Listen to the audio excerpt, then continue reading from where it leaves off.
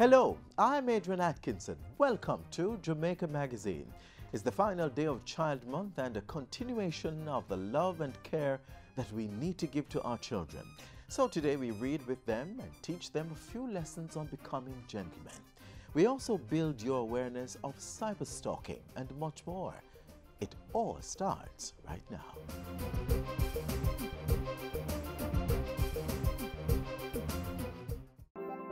Jamaica, I can help you protect our citizens.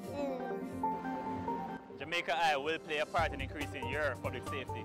Jamaica Eye is part of an island-wide network of camera surveillance systems designed to increase the safety of you, our citizens. If you have a camera system outside your home or office facing a public space, log on to jamaicaeye.gov.jm today. Jamaica Eye, we're all connected. The Ministry of National Security, creating a safer and prosperous Jamaica.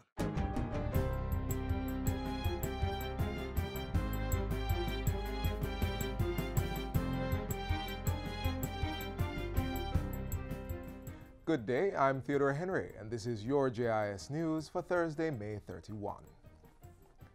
The Petroleum Corporation of Jamaica, PCJ, has officially launched a $40 million Energy Management and Efficiency Program, EMEP. It's aimed at reducing government's energy spend, targeting 80 state-owned facilities across the island. It is anticipated that this program should see us saving some $4 million per year.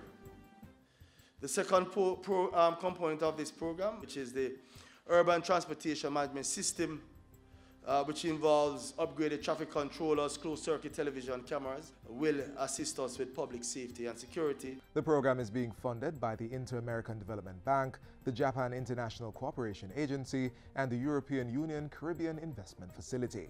It was launched on Wednesday during a workshop at the PCJ Auditorium in New Kingston. The Transport Authority will be developing a free taxi locator and safety application for smartphones and requiring all taxis to be fitted with a stipulated vehicle locator. These are among several major proposals to transform the public transportation sector announced by the Portfolio Minister, Robert Montego, in his sectoral speech yesterday. We intend to lay out a program and after a 6-month period of consultation and fine-tuning, then move quickly to implementing. Public passenger drivers and owners will be asked to advise the Transport Authority of changes such as their address and vehicle color with 2 weeks' notice. Drivers will also have to submit to an annual customer service training and will see their badges being suspended if more than 10 driver points are accumulated. No driver will get a badge if he or she is a rapist, child molester, gunman, thief. Anyone caught running and operating an illegal taxi, these vehicles will be seized. It will be returned when proof is brought that you have applied for a road license. If it is seized again, it will not be returned. Other key proposals include opening all routes, allowing potential operators to design and craft their own routes, then apply for it to be registered, and issuing permits for a 3-year period with annual renewal. To ease the pressure on Transport Authority workers, the minister also wants license renewals done in the owner's birth month rather than all at once in April. Minister Montego says government also wants to establish a city taxi system, and he revealed that the ministry was in possession of 2 applications for rideshare permits for Uber-type operations as seen in the United States. Government expects to complete divestment of the Norman Manley International Airport, NMIA, by the end of this calendar year. The invitation for the bid is now open, and the 8 pre-qualified bidders have been invited. Assessment and evaluation will be done in June, July, and by September, October, we should be signing off with the preferred bidder. In the meantime, the Transport Minister says the Airports Authority of Jamaica, AAJ, will be doing upgrading works to the Negril, Ken Jones, Tinson-Penn, Lionel Desham, and Ian Fleming aerodromes this year. In addition, the AAJ is seeking a partner to set up an internal airline to assist with domestic movement of people and goods. Government will be merging its holdings in Clarendon Alumina Partners and the Jamaica Bauxite Mining Limited. The mining minister says he will then seek Cabinet's permission to sell shares in the newly merged entity to Jamaicans via the Jamaica Stock Exchange. Internal discussions have started and assistance will be sought from the Attorney General's chambers and the Development Bank of Jamaica to properly package the concept for listing on the stock exchange.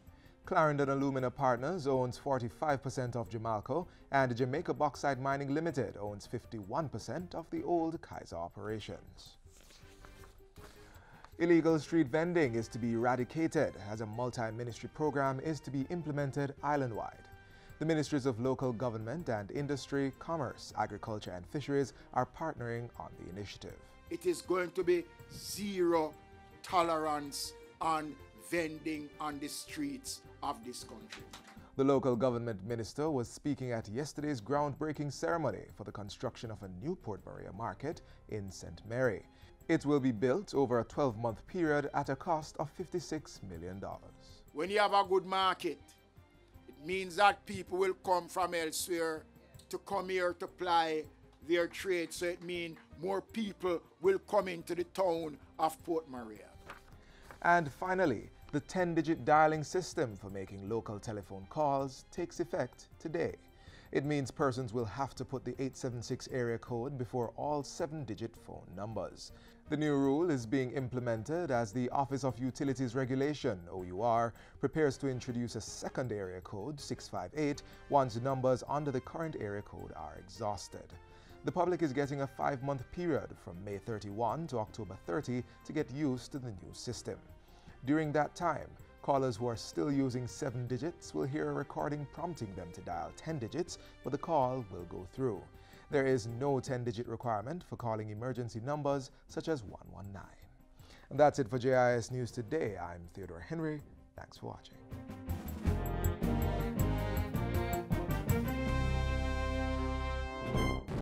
Hurricanes can strike at any time. In the event of one, be prepared to act quickly.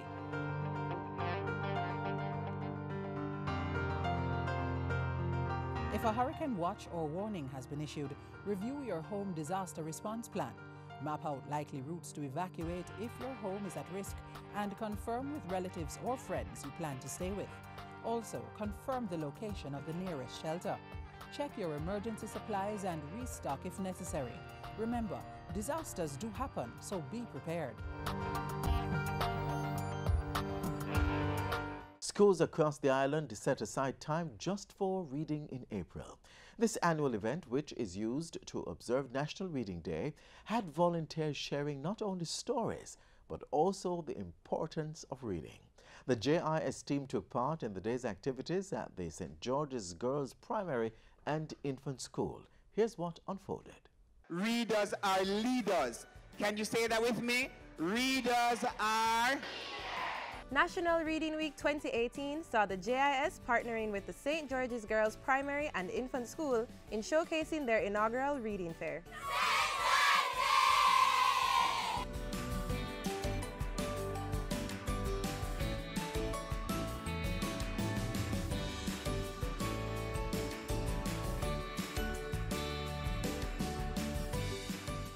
This is St. George's Girls Primary and Infant School, the only all-girls primary school within Jamaica.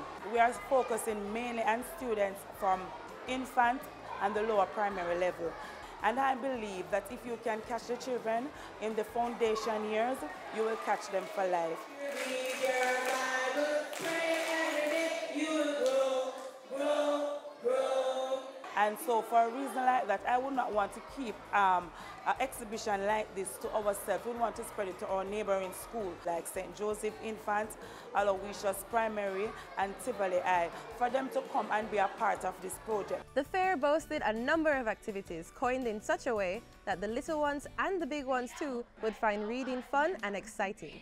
What is happening now is that a lot of children don't like to read anymore. And so when we're able to venture out into something like this, is always a wonderful opportunity. Also, we have different persons coming in to read to the girls. We have the Jamaica Reading Association, we have persons from the Heritage Trust, and we also have persons from JIS. After that, the girls come down and they participate by purchasing books. Now, our theme that we are using for this year in the Jamaica Reading Association, as you have it put up here, build a sustainable future through literacy. I believe it is an opportune time, it is relevant, because with this technological age where the gadgets do all the reading for them, they are not into the book reading. So we decided that we would have this reading fair, and it's the first of its kind in this institution. When persons are able to read, to evaluate, to synthesize, to put together the information, we'll find that we will accomplish sustainable growth that way when our persons are literate, and particularly our students, because they are the future for tomorrow. Look at this nice eye. You want to have an eagle eye? Yeah, pretty eye, don't it? Yeah, imagine me with an eagle eye. Yeah. You look pretty with an eagle eye. Now, guess what an eagle eye can do? The JIS decided to participate in the event because of the importance literacy plays in the development of a nation. Anything to do with national development is a big plus for the JIS. Today we were able to mount a booth through which we shared magazine, pamphlets, books with resources about Jamaica. Working hard to guide these little ones in reading are our teachers. Sometimes I might give them a question and they have to go to the library to find that question. Some days I might ask about a particular book that I know is in the library, and I give an award to the girl who is able to answer the question because she must have read it to answer the question. We also have Drop Everything and Read every afternoon after lunch. Parents must also do their part to help their children become excellent readers. I think parents themselves must be readers.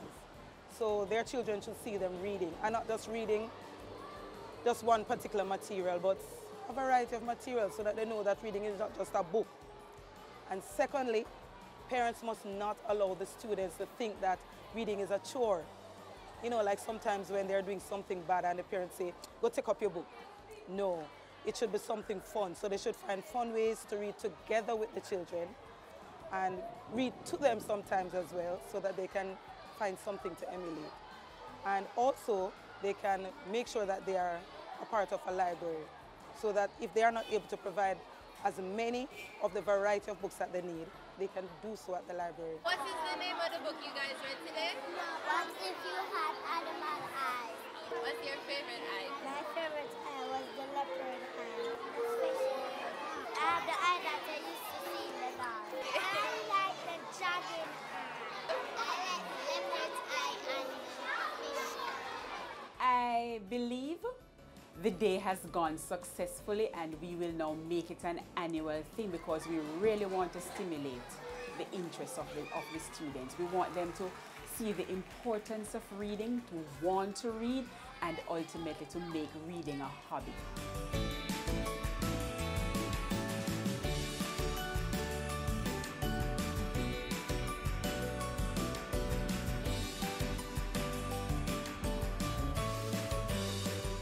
I say be careful what you teach your little children. Make sure I know something to hurt them. Mind what you saying to my sister. She could be the next Prime Minister. Sexual abuse is always a very difficult thing to confront, particularly when the alleged victim is a child. Parents, if it is that you suspect that your child has been sexually abused, or is in a vulnerable set of circumstances where an abuse may occur, we encourage you to have dialogue with your child. Take the child to the pediatrician who normally attends to the child. If there is no such pediatrician, take your child to the clinic, to the hospital, to some medical practitioner who can do an assessment for you. It's very important as well that we don't just look at the physical side, but we also seek to find the kind of psychosocial support that a child may need. Does the child need a session with a counselor? Does the child need to speak with a pastor who is used to dealing with these issues? Does the child need to get that ongoing psychological support to assist with the healing process, and also to assist the child in becoming strong enough, as it were, to deal with the various processes that will follow once it is that you suspect an abuse has occurred? If it is that the child actually discloses, when you engage the child in discussion, that yes, mommy and daddy, I was abused, we encourage you to entertain the child, to listen to what the child has to say to you, and to take it very seriously. So we really urge you to have those discussions and to seek guidance in terms of, do I speak to the police about this, which we always say you have to, because once a child has been sexually abused, it's a criminal matter, and it means that once at all possible, the child should be assisted to go through the processes so that the perpetrator can in fact be held accountable. Support your child and let them understand in very clear terms that they are not the cause or the reason for this abuse having been perpetrated. But the most important element is to support them, get them access to the services that they need, and give them a chance to have you give them that listening ear. For these tips and of course any other information that deals with children, that is anyone under 18 years, please feel free to contact the Office of the Children's Advocate. We're at 72 Harbour Street, downtown Kingston, and our numbers are 948-1134, or website www.oca.gov.jm. Thank you. Watch what you teach your little children. Make sure I know something to hurt them. Mind what you're saying to my sister, cause she could be the next Prime Minister. Prepping our boys to be fine gentlemen with appropriate social skills, dining etiquette, and more. Much to the delight of the boys at the Independent City Primary School, the Portmore Heart Academy was at their service recently. Boys are often depicted as rude, rough, and strong, while their female counterparts, the complete opposite. But steps are being taken right here in Jamaica to change that age-old cliché. Watch now as boys from the Independent City Primary School in Portmore are taught fine dining and social graces. The tables were meticulously set.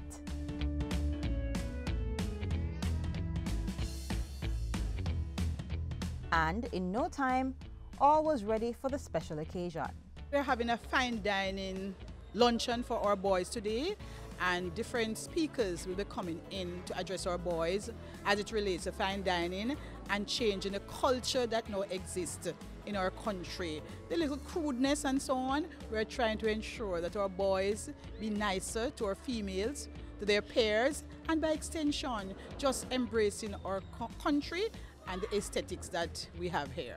The Boys' Day event, which was held in Portmore Heart Academy Auditorium, employed practical demonstrations and instructions to teach the boys proper dining skills and social graces. The first lesson of the day was to teach them how to properly use their napkins. And you place it in your lap. After the boys mastered this art, they learned how to properly eat their appetizers, which consisted of a warm bowl of soup and a side of roll. You take your roll up and you break off a bite-sized piece. With one finger, one hand, that's what you eat. You put back the rest on your tray and you eat just what you break off. With me, you never bite the roll, okay? And you drink your soup from the side of your spoon. And before long, these boys got the hang of it. Some were so good that they were correcting their peers.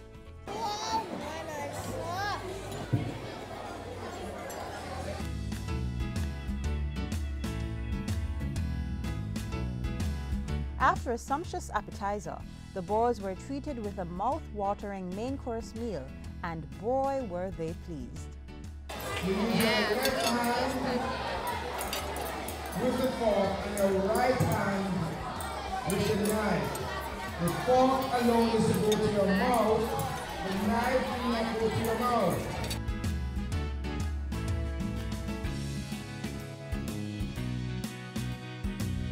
So what was the reason for hosting such an unforgettable event for the young men in training?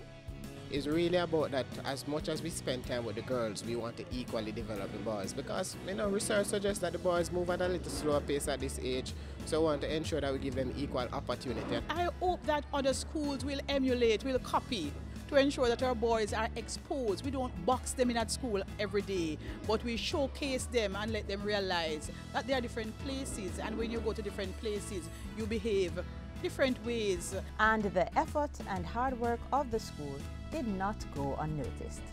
We feel like it's the best day, the best boys' day, because how they prepare it, how it looks, where it's held.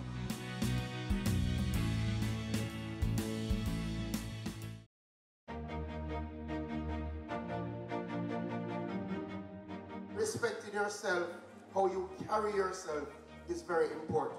You hear me, young men? We take for granted oftentimes as men that people judge you before you even open your mouth. From they look at you, they form a perception. They make up their minds about you. So the question is, when they look at you, what do they see?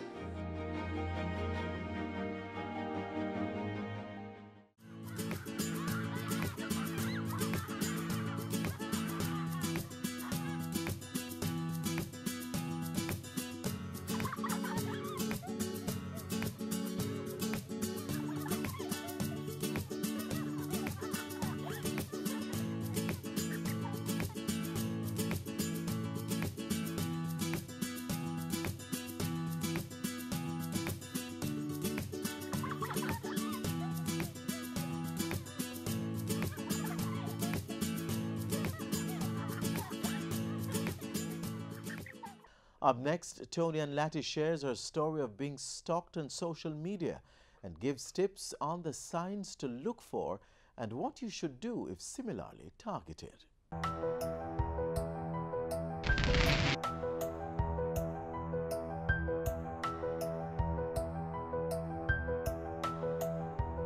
I'm Tony and Lati, and I am a victim of cybercrime. It started when my friends and I were in school, and we all received a friend request from a weird name. We didn't know who it was at the time, but because we all got the friend request, we figured more likely it was a real person, so everybody accepted this person. Wrong move.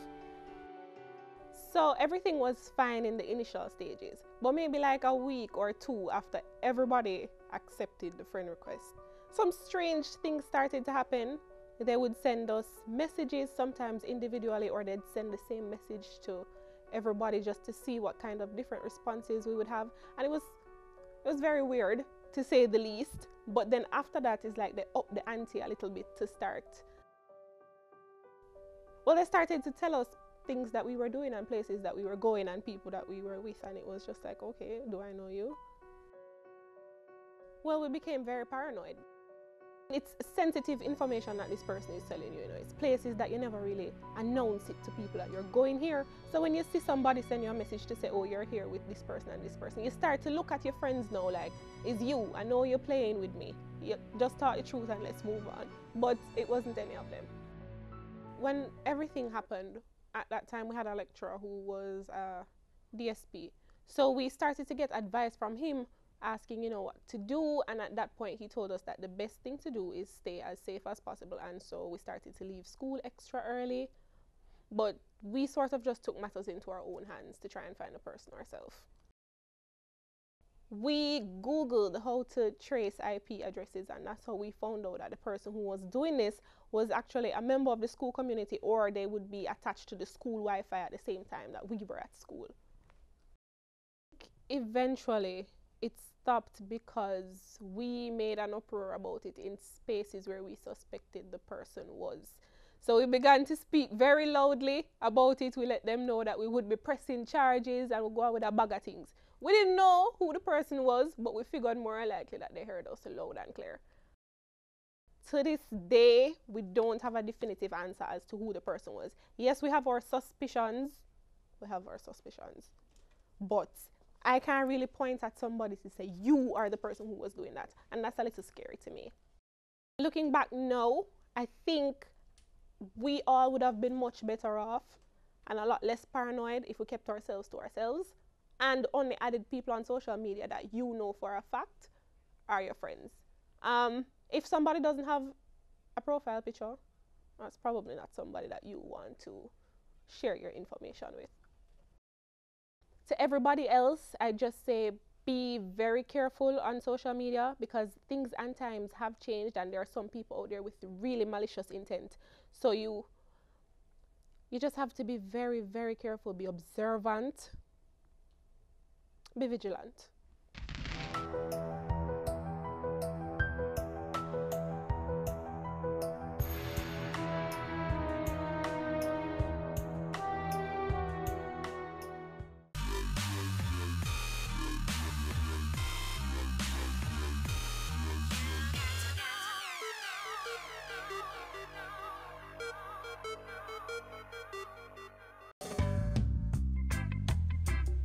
Coffee was introduced to Jamaica in 1728. Creighton Estate was established around 1765, and the Blue Mountain Range and the central region of Jamaica, which is the Grand Ridge of Jamaica, were the major coffee producing regions. Currently, we are fully certified under the Rainforest Alliance, and we are the very first entity in the Caribbean region to attain that certification. Now, the Blue Mountain Range of Jamaica is a microclimate of the island and has provided the perfect conditions for growing the Arabica coffee. A typical day in the Blue Mountain, the most sunlight is in the mornings from about 11:32 to 4 p.m. You know, this is the weather that we experience. This is a norm in the Blue Mountain. It's nothing unusual, you know, for the range to be covered with mist. And after sunset, the temperature basically goes below 20 degrees Celsius. So those are the perfect ingredients to develop high quality coffee. You know, the culture here is rich. We're an extremely creative, you know, set of people. In Jamaica, there's everything. If you're a nature lover, we have it. If you like the wetlands, we have it. You know, great coffee, you know, great food. You know, God has been good to us. You know, the God has been good to us. The universe has been good to us, you know, as a country. You know, and, this rock, I love it, man. I love it.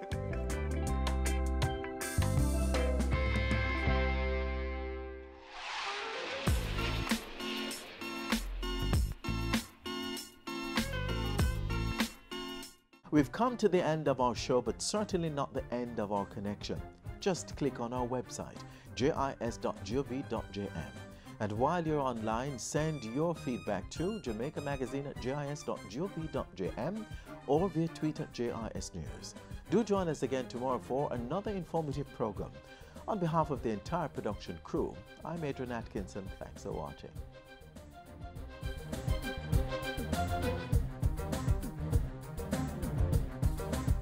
This has been a production of the Jamaica Information Service, the voice of Jamaica.